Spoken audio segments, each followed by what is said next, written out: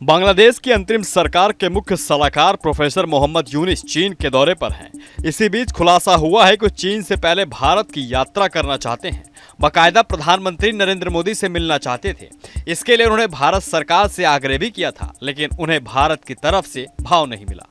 इस बारे में उनके प्रेस सचिव शफीकुल आलम ने जानकारी दी है। मीडिया रिपोर्ट्स के मुताबिक शफीकुल आलम ने कहा है कि हमने भारत की यात्रा को लेकर दिलचस्पी दिखाई थी। पिछले साल दिसंबर में ही भारतीय पक्ष से मुख्य सलाहकार प्रोफेसर यूनिस की भारत की द्विपक्षीय यात्रा के लिए कहा गया। ये उनकी चीन यात्रा के अंतिम रूप दिए जाने से कुछ हफ्ते पहले किया गया था।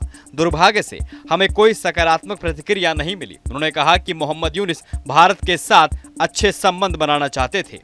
आपको बता दें, यूनिस दक्षिण एशिया के दूसरे नेता हैं जिनके बीते 4 महीने में चीन मेजबानी कर रहा है। इससे पहले नेपाल के प्रधानमंत्री ओली ने दिसंबर 2024 में चीन का 4 दिवसीय दौरा किया था। इस दौरान नेपाल और चीन के बीच 9 सूत्री समझौते पर साइन हुए थे। आलम ने कहा है कि यूनिस चीन यात्रा के बाद 3 और 4 अप्रैल को बैंकॉक में होने वाले बिम्स्टेक शिखर सम्मेलन में भाग लेंगे। उन्होंने ये भी कहा है कि बांग्लादेश ने फिर से भारत से अनुरोध किया है कि वो बिम्स्टेक शिखर सम्मेलन के दौरान प्रधानमंत्री नरेंद्र मोदी से प्रोफेसर यूनिस की मुलाकात का अवसर प्रदान करे और वो भारत की प्रतिक्रिया का इंतजार कर रहे हैं। वहीं आपको बता दें कि हाल ही में जब प्रदेश मंत्री एस जयशंकर से इसके बारे में पूछा गया था तो उन्होंने कहा था कि आगामी बिम्स्टेक शिखर सम्मेलन में बांग्लादेश के अंतरिम सरकार के मुख्य सलाहकार मोहम्मद यूनिस और प्रधानमंत्री नरेंद्र मोदी के बीच बैठक के लिए पड़ोसी देश द्वारा किए गए अनुरोध पर विचार किया जा रहा है।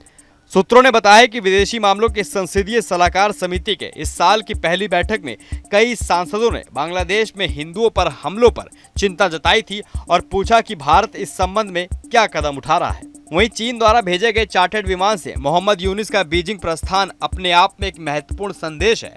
चीनी राजदूत वेन ने इसे पिछले 50 सालों में किसी बांग्लादेशी नेता की सबसे महत्वपूर्ण यात्रा बताया। उन्होंने कहा है कि मोहम्मद यूनिस की इस यात्रा के दौरान कई महत्वपूर्ण कार्यक्रम निर्धारित किए गए हैं। इसके अलावा ढाका के विदेश मंत्रालय के शीर्ष अधिकारी मोहम्मद जसीम उद्दीन ने समाचार एजेंसी को बताया है कि मोहम्मद यूनिस ने अपनी पहली राजकीय यात्रा के लिए चीन को चुना है और इसके साथ ही बांग्लादेश एक संदेश भी भेज रहा है।